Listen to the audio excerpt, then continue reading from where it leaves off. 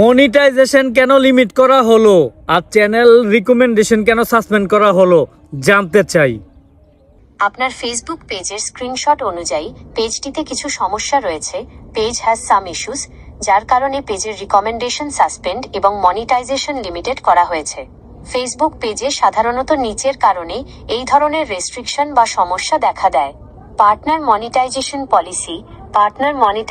Policies লঙ্ঘন, ফেসবুকের মূল নিয়ম, কমিউনিটি স্ট্যান্ডার্ড বা মনিটাইজেশনের নীতিমালা ভেঙে ফেললে মনিটাইজেশন সীমিত লিমিটেড করা হয়।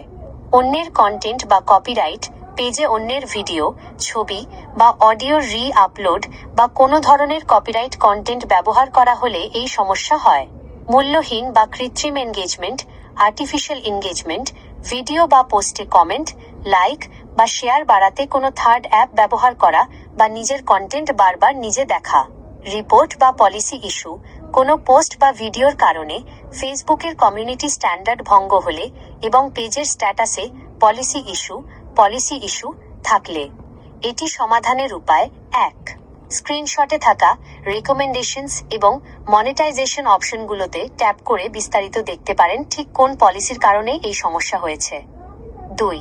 পেজে যদি কোনো কপিরাইট বা আপত্তিকর ভিডিও বা পোস্ট থাকে তা ডিলিট করে দিন। 3. নিজে নিয়মিত অরিজিনাল কন্টেন্ট আপলোড করতে থাকুন।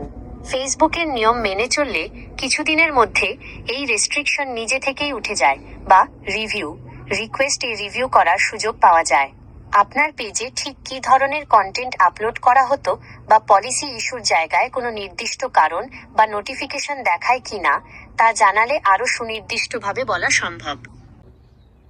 আমি নিয়মিত ডুয়েট ভিডিও করি, এখন তোমার কাছে জানতে চাই ডুয়েট ভিডিওতে কি মনিটাইজেশন আছে নাকি নাই, তোমার কাছে জানতে চাই। ফেসবুকে নিয়মিত ডুয়েট বা রিমিক্স ভিডিও করলে মনিটাইজেশন এবং রিকমেন্ডেশন পাওয়ার ক্ষেত্রে ফেসবুকের কিছু কঠোর নীতিমালা রয়েছে। এগুলো না মানলে পেজে এমন রেস্ট্রিকশন আসতে পারে: মৌলিক কন্টেন্টের শর্ত, অরিজিনাল কন্টেন্ট পলিসি।